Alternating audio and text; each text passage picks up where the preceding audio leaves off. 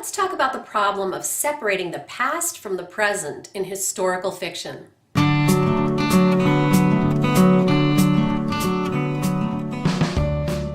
This is my second video on problems that we run into as readers and writers of historical fiction.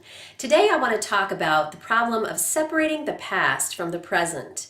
This is something that you may not notice as a reader of historical fiction if the writer has done a good job, but it's certainly something that writers have to think about all the time. The problem is this: we're writing about the past, but our readers live in the present. Now, you might think this isn't a problem at all. If you've read novels that were written 150 years ago, you have no problem at all reading them. You have no real concerns about the difference between the past and the present.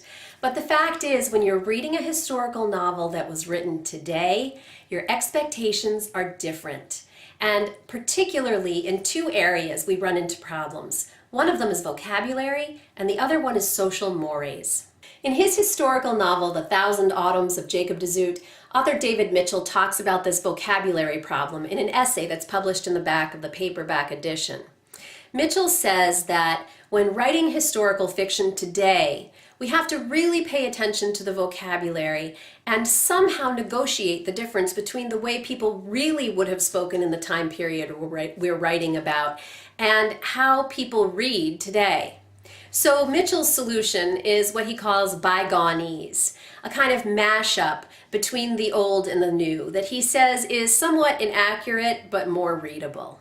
Another problem we run into in negotiating the past and the present in historical fiction is social mores. So contemporary readers tend to think characters are a little bit prudish or dull if they don't behave more like we would.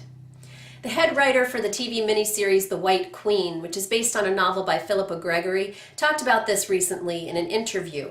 Here's what she said. "The truth would be they'd all have rotten teeth. They would be filthy and covered in lice and itching all the time. Do you want to watch that show?